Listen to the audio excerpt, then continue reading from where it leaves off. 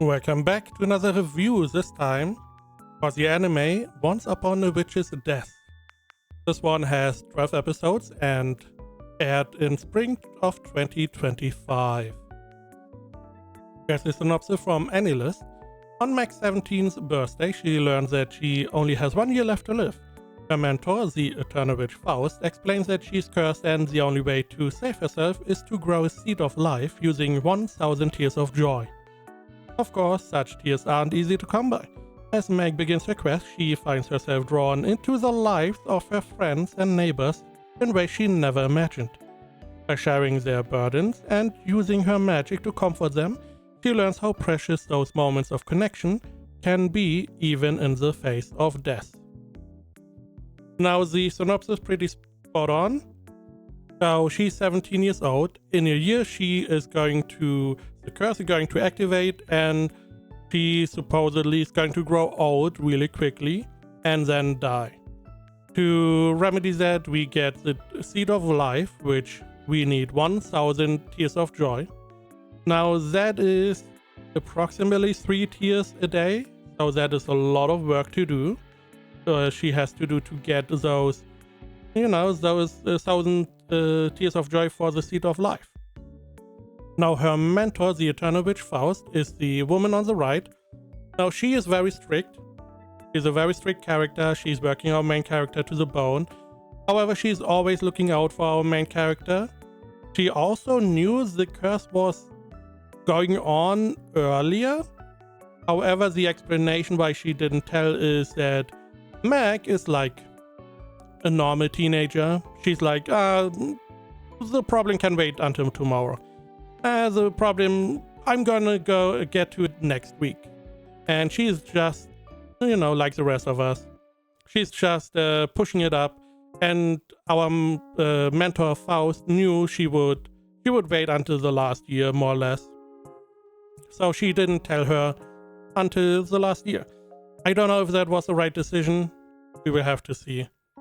Our main character is very bubbly, very positive, very friendly. It's just a nice character. She's always trying to help people, and that is mostly what this anime is centered around, is her finding or coming across problems or situations where she can help, and as a reward she gets those tears of joy. Now, those tears of joy are most of the time a secondary goal for her. Primarily, she just wants to help people. The blonde girl is like her best friend. They have a nice little friendly relationship. Understandably, the relationship they have, the quips and quaps they have between each other, I see that in my friend group, so totally understandable. Feels very natural. The rest of the characters, apart from the blonde girl, are all witches. And this is one of those things, apart from our main character going around finding these situations where she can help, we also get to find out more about the world. Now, in this world we have magic, and magic can be positive, and it can have negative consequences. As an example, if too much magic accumulates, it could result in a magic disaster, and it could result in an earthquake, could result in maybe a hurricane, some kind of disaster. I don't know if all disasters are a result of magic, however, some of them are. And there's also magic disaster, which is another form of disaster where magic seems to run rampant and is going to more or less poison people. We get to see some interaction for that. We see more or less some history about magic disasters, what the consequences are, and we see, can we help? Do we have something we can do or not? Additionally, this world seems to have like a council of witches. Because we have magic, we, I guess, have to have people at the top to more or less be the top branch of the witches. And this is where our Eternal Witch Faust, our mentor, she's a part of that top top brass of the witches. And they do specific things. Each witch on the top has like a specific name. They are known for something specific. They do like research or find new ways to use magic. All that in this world. So we get to learn a lot more about this world as well in this anime. It's not only about her getting those tears of joy. Additionally, we also get to see demi-humans. They are not part of this world as far as I remember. However, there's like, as example, there's like a festival where they open a gate to, you know, connect to another world, I guess. And in that world, we have demi-humans. They then can come to our world. We have a little festival. This is how our main character got this little chipmunk. So that one is like a creature from this other world, as far as I know. But we also have like another world we could explore. We also have like the past of our main character, Meg. She's not the daughter of the Eternal Witch. So we have also what happened to her parents. What happened to her?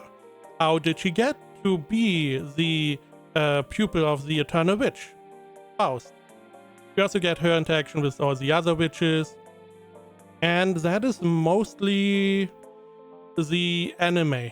We get her to, you know, try to solve situations for these tears of joy to get the seed of life. We get to interact with these witches. We get to see what magic is doing in this world, how magic is being used, in what way it can be detrimental to the world.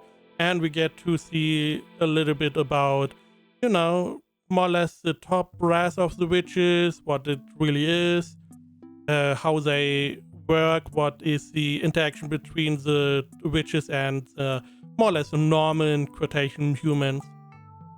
Overall, this was a pretty solid anime. It is not a bad anime. It is not super awesome. I would say it is pretty solid. People on AniList gave it a 70. On my anime list gave it a 7.35. I was pretty torn. I would say at least a high 7, maybe a low 8. It was pretty hard for me. I did go for an 8 out of 10. Meaning, for me, this means that if someone were to come to me and had a specific amount, specific genres, or a specific, they want a specific anime recommended, I would potentially get this one if they were like, oh, witches, world, magic. This could come up. I don't know if it has staying power. We will see. Especially, which is a little bit spoiler at the end, especially because the anime ends like halfway through. So we don't know if she gets those tears of joy, if she succeeds in getting the seed of life. And additionally, there is some other stuff going on behind the scenes. So that is why I would say it's a low 8 out of 10. Solid show that you could definitely watch.